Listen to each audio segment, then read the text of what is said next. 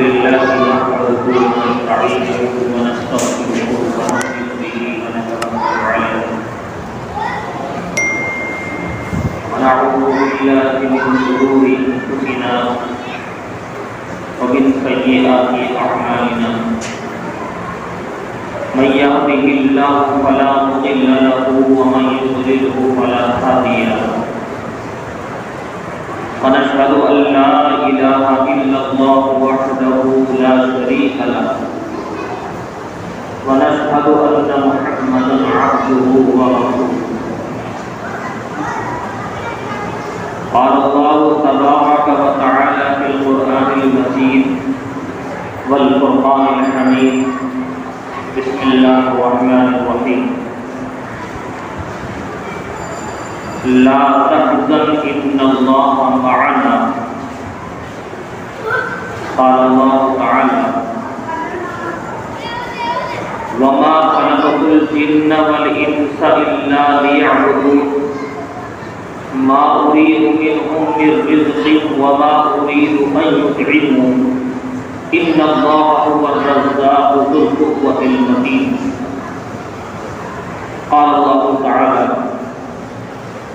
إنما أموالكم وأولادكم عند الله صدق الله العظيم قال النبي صلى الله عليه وسلم الذي ليس في جوفه شيء من القرآن كالبيت الحريم أو كما قال عليه الصلاة والسلام. محترم بزرگ ساتھیوں اور پردہ پردہ بیٹھنے والی خواتین کو قرآن کریم کی چند آیات آپ حضرات کے سامنے میں نے پڑھی ہے. دعا فرمائیں کہ اللہ سبحانہ و تعالی آیات کے مطابق صحیح بات کہنے کی اور ان سبق کو عمل کرنے کی توفیق عطا فرمائیں. نبی علیہ السلام کی زندگی کا ایک ایسے بے مثال واقعہ جس کو فنا کے رسول بھی کہا جاتا ہے. ایسے ایسے واقعات احادیثوں کے اندر ملتے ہیں جو صحابہ اکرام رضی اللہ تعالیٰ عنہم اجمعین نے اور سرکار دو عالم صلی اللہ علیہ وسلم نے اپنی زندگی کو ایک ایسے داؤں پر لگا کر کے کھڑا کر دیا کہ آج انسان اس کا ارادہ بھی کرنا دشوار ہے. اس ایسے واقعات قرآن کریم سے موجود ہیں. اللہ فرماتا ہے لا تحزن ان اللہ معنا، غم نہ کھاؤ اللہ ہمارے ساتھ. جیسے آج کل کے حالات ہمارے سامنے پیش ہیں، اگر ان کو دیکھ لیا جائے اور ہم کہیں لا تحزن ان اللہ معنا کہ غم نہ کھاؤ اللہ ہمارے ساتھ، یہ الفاظ کہہ لینا تو کوئی دشواری کی بات سمجھ کہہ سکتے ہیں ہم لوگ. لیکن اگر ہم اپنی زندگی کے احاطے کو دیکھتے ہیں، اپنی زندگی کے اعمال نامے کو اگر ہم ٹٹول کر کے دیکھتے ہیں تو پھر ہمیں یہ لگتا ہے کہ شاید ہو سکتا ہے کہ ہمارے ساتھ کوئی نہ ہو، کیونکہ وہ زندگی دین پر آ کر کے کھڑی ہوئی، دین کو لانے کے لیے کھڑی ہوئی. انہوں نے اپنی زندگی کو ایسا فنا کر دیا تھا تاکہ ہماری زندگی کے اندر یہ دین آ جائے. اس کی سوجھ بوجھ، اس کی سمجھداری، اس کی حقیقت ہم اس کو پہچاننے والے بن جائیں.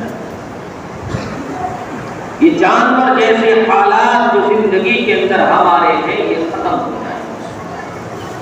اسی لیے سرکار دو عالم صلی اللہ علیہ وسلم کو اللہ نے مبعوث کیا.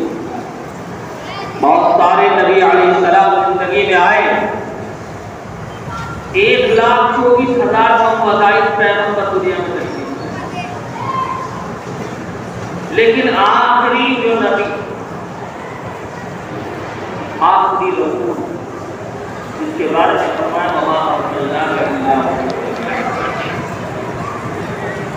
کہ اللہ سبحانہ و تعالیٰ نے رسول بنانے کے ساتھ ساتھ آپ کو دنیا کے لیے رحمت بنا کر کے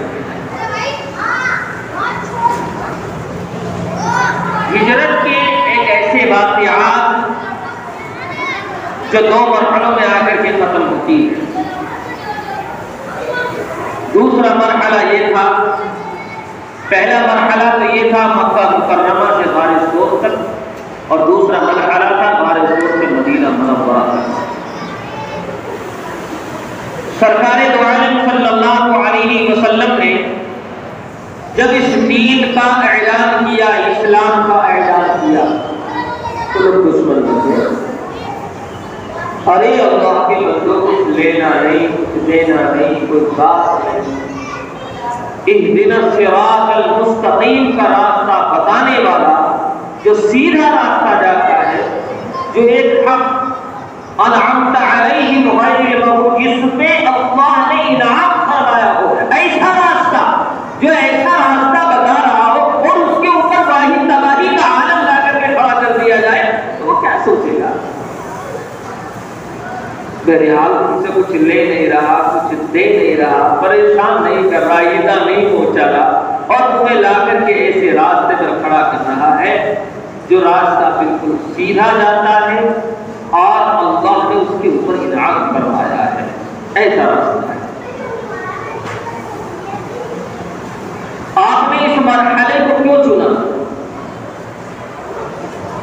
جب آپ مکہ مکرمہ میں لوگوں نے آپ کو ستایا، آپ کے اوپر ظلم زیادتی کی، اور ایک پلاننگ بنانے کے بعد کہ آج محمد صلی اللہ علیہ وسلم کا قتال کریں گے،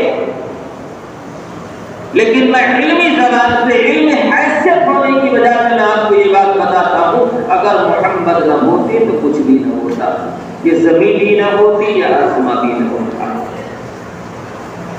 سرکار دو عالم صلی اللہ علیہ وسلم کی ذات کو کوئی تکلیف، کوئی ایذا نہیں پہنچا سکتا تھا، کسی کے اندر کوئی طاقت نہیں تھی.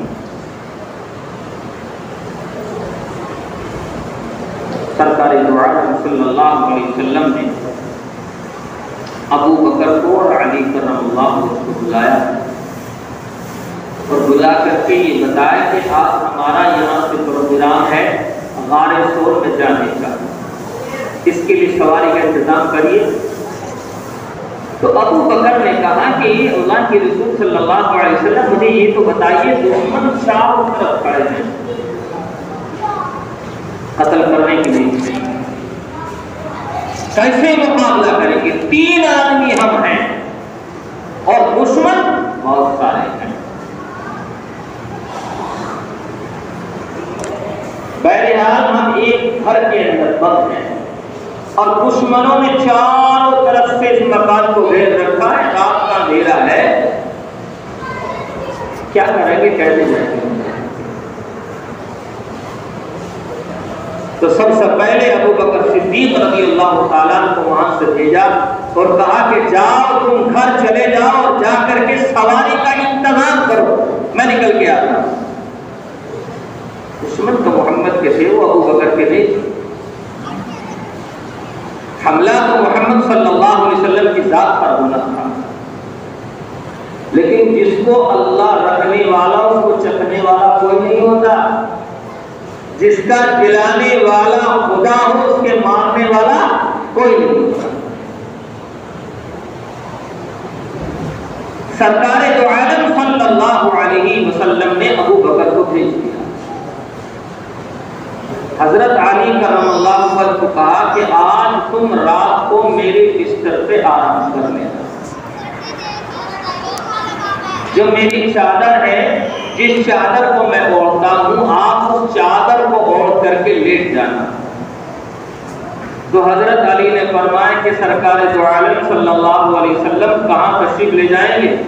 کہ میں سفر میں جا رہا ہوں اور صبح جب ہوگی دشمن آپ کے پاس آئیں گے، مجھے تلاش کریں گے اور یہ اوپر سے بہتان بھی لگائیں گے کہ محمد صلی اللہ علیہ وسلم کے پاس ہماری امانتیں رکھی ہوئی تھی، کہ وہ امانت لے کر کے تو نہیں بھاگ گیا، لیکن آپ تو امانت دار تھے، دیانت دار تھے، آپ کے یہاں تو ان چیزوں کا کوئی بات ہی نہیں تھی۔ آپ نے وہ ساری کی ساری امانت حضرت علی کرم اللہ وجہ کے سپرد کی، اور سپرد کر کے وہ امانت ہم نے کہا کہ اب ہم چلتے ہیں۔ تو علی نے بھی یہی سوال کیا، اے اللہ کے رسول، دشمنوں نے چاروں طرف سے گھیر رکھا ہے، کہاں نکل کر کے جائیں گے؟ تو آواز آتی ہے کہ اے محمد، تھوڑی سی مٹی اٹھاؤ اور ہواؤں میں پھینک دیا جائے اس کو، تمام کے تمام لوگوں کی بنائی کا لینا میرا کام ہے اور نکلنا تمہارا کام ہے۔ یہ طاقت کس کی تھی؟ اللہ کی طاقت تھی۔ اس سے سمجھ میں یہ بات آتی ہے جس خالق و مالک نے ہمیں پیدا کیا ہے وہ بہت طاقتور ہے، بہت طاقت والا ہے، اتنی طاقت والا ہے کہ اس کی لاٹھی جب انسان کے اوپر پڑتی ہے تو وہ چمڑی اور دمڑی دونوں کو بھول جاتا ہے، گھر کے گھر برباد ہو جاتے ہیں۔ ابھی جمعے سے پہلے ایک آدمی میرے پاس آیا تھا، بچہ بیمار تھا، جوان بچہ تھا، اس کوئی بچہ بھی نہیں ہے۔ اس نے کہا میں نے تمام اپنی زمین بیچ کر کے بچے کے اوپر صرف کر دی ہے، میرے پاس کچھ نہیں بچا ہے، ایک گھر جس مکان میں میں رہتا ہوں وہ میرے پاس باقی ہے، خدا را میری مدد کر دیجیے گا۔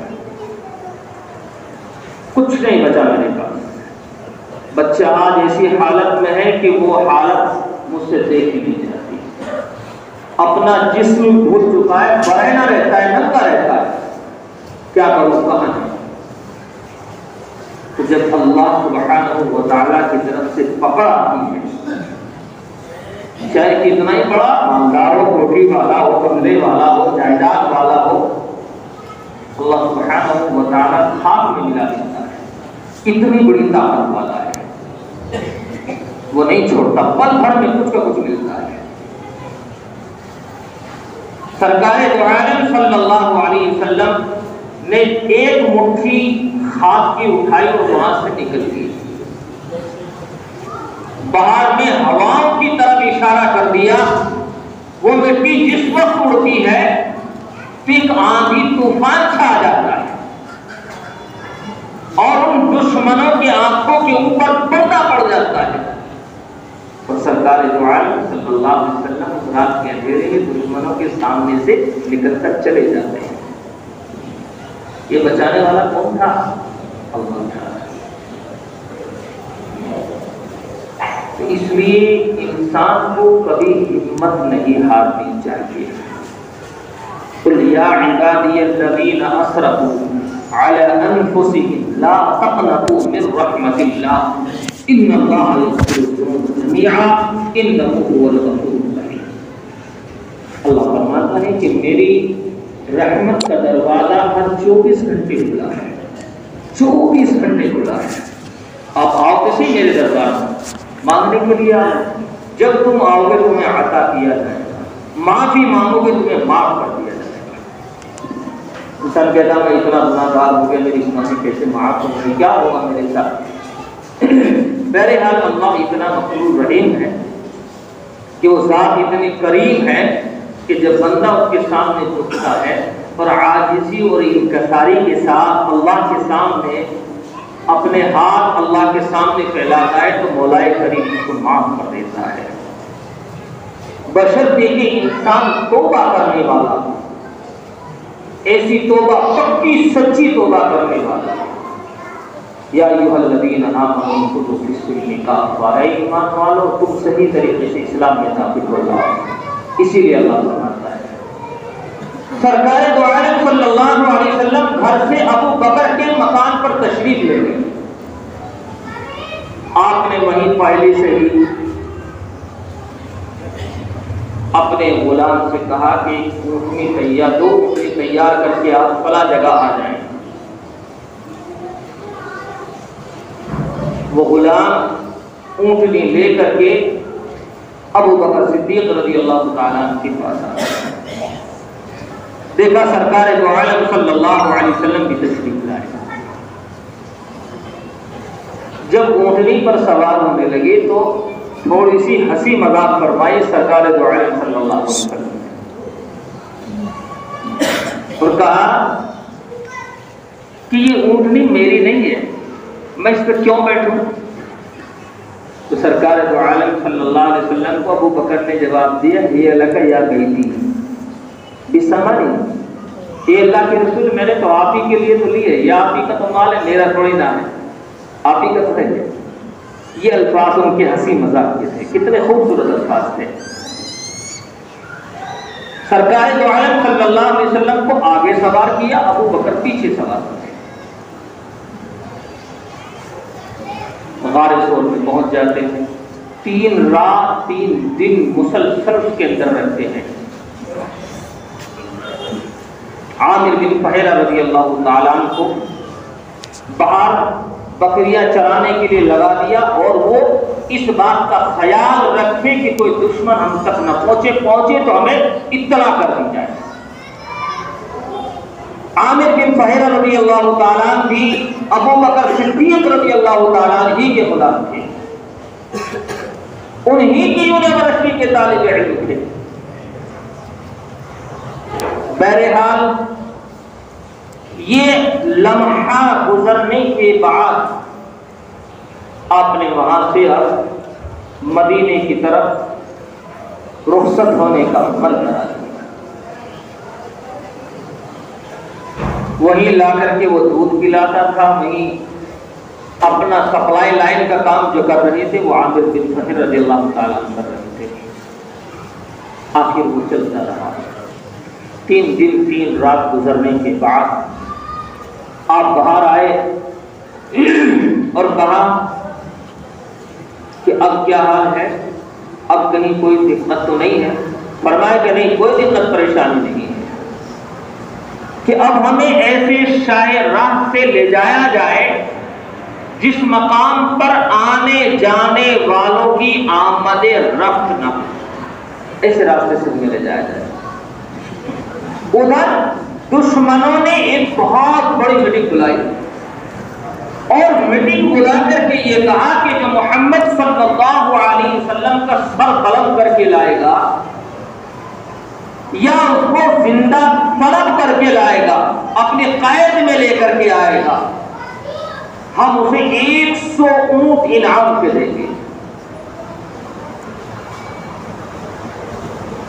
سراقہ بن مالک بنی مدلج کی ایک مجلس چل رہی تھی جس کے اندر یہ اعلان ہوا۔ جب اس نے اس اعلان کو سنا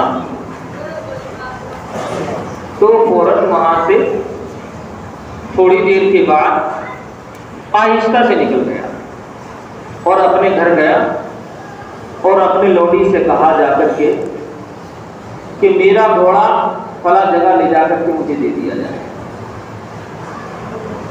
اس کی لوڈی سامان سفر تیار کر کے اس گھوڑے کو سوار کر کے اسے وہاں لے جا کر کے چھوڑ دیا۔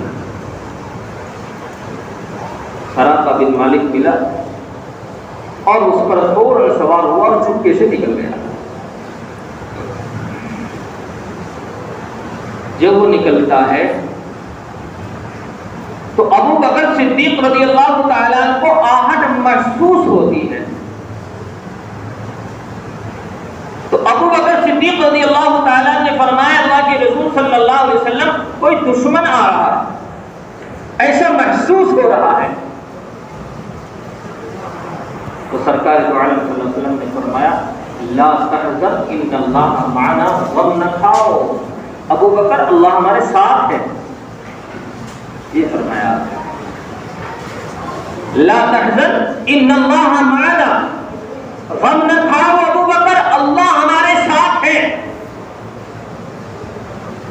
یہ ادھر سے بات ہوئی، ادھر سراقہ بن مالک جو تھا فوراً اس کے گھوڑے کو ایسی ٹھوکر لگی چاروں کھانے پڑا جا کر کے دھس گیا گھوڑا جو تھا۔ اس نے فوراً ترکش سے تیر نکالا، اور عربوں کا ایک دستور ہوا کرتا تھا کہ فال نکالتے تھے کہ میں اللہ کے رسول صلی اللہ علیہ وسلم کی ذات کو نقصان پہنچا سکتا ہوں یا نہیں پہنچا سکتا. یہ اس نے فال نکالی. فال میں جو جواب آیا وہ یہ تھا کہ اگر آپ ان کے قریب جائیں گے تو آپ کو نقصان ہوگا، آپ کبھی ان کو پا نہیں سکتے، یعنی کہ اس کے خلاف نکلتا ہے. جو اس نے فال نکالی، جواب جو تھا مخالف آیا. پھر بھی چڑھ گیا. 100 اونٹ کا مسئلہ تھا، ایک ہاتھ کا نہیں تھا. ہم تو 2-4 ہزار روپے کے اوپر ایمان کو ختم کر دیتے، سلب کر دیتے ہیں. وہاں تو 100 اونٹ کا مسئلہ تھا اور غیر ایمان والے کا مسئلہ تھا. پھر چڑھا اپنے گھوڑے پر اور پھر بھاگا. تھوڑی دور چلا، پھر اس کے پیر دھس گئے، زمین کے اندر پیر دھس گئے. اب وہ اترنے کے بعد گھوڑے کو تھمکایا اور کہا کہ تجھے شرم نہیں آتی تو اپنے سوار کو اس طرح سے پریشان کر رہا؟ ارے پریشان کرنے والا گھوڑا تھوڑی نہ تھا، یہ تو اللہ کا حکم تھا. کیسے پہنچ سکتا ہے جب تک اللہ نہیں چاہے گا؟ ایک پتا تو اپنی جگہ سے پیڑ سے گر نہیں سکتا جب تک اللہ کا حکم نہ ہو جائے. آپ تو گھوڑے گدھے کی بات کر رہے ہیں. بہرحال گھوڑے کی ہنہنانے کی جو آواز تھی وہ ابو بکر صدیق رضی اللہ تعالیٰ کے کان میں پڑی. فرمایا کہ اللہ کے رسول اس نے ہمیں آ لیا. یہ الفاظ ابو بکر کے تھے کہ اللہ کے رسول اس نے ہمیں آ لیا، یعنی کہ ہمارے قریب پہنچ گیا. پھر اللہ کے رسول صلی اللہ علیہ وسلم نے فرمایا ان اللہ معنا. وہ بکر کیوں گھبرا رہے ہیں؟ اللہ ہمارے ساتھ ہے، گھبرانے کی کوئی بات نہیں. بہرحال پھر دوبارہ نمبر پہ اس کو ایسا جھٹکا لگا کہ اب گھوڑا اٹھنے کے قابل نہ رہا. اس قدر دھس گیا، چوٹ آ گئی کہ گھوڑا اپنی جگہ سے ہل نہیں سکا. اب گھوڑ سوار کیا کرے گا؟ پھر آواز لگائی، یعنی کہ اللہ کے رسول صلی اللہ علیہ وسلم کے غار کے بالکل قریب پہنچ گیا تھا. آواز لگائی، اے محمد صلی اللہ علیہ وسلم میں امان طلب کرتا ہوں، مجھے معاف کر دیجئے، میں آپ کا پناہ گزین بننا چاہتا ہوں، آپ کے قریب آ گیا ہوں. عامر بن فہرہ نے کہا ٹھیک ہے ٹھہر جائیں.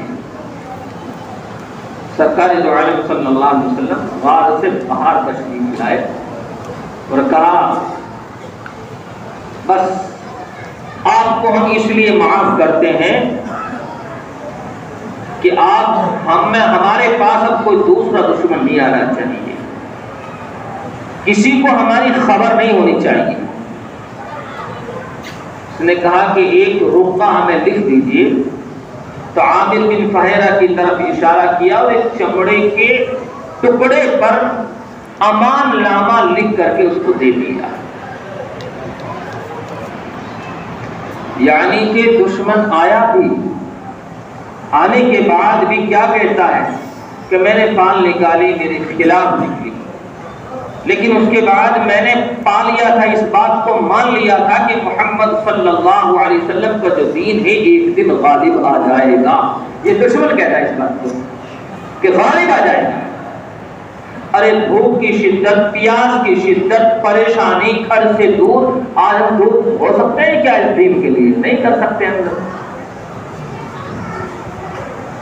صحیح معنوں میں جو نماز، میں ہر جمعے میں آپ سے یہی بات کہتا ہوں، آخر میں ایک بات یہ عرض کرتا ہوں آپ لوگوں سے، کم از کم آپ یہ وعدہ کر لیجیے کسی بھی حال میں انشاءاللہ ہم نماز نہیں چھوڑیں گے.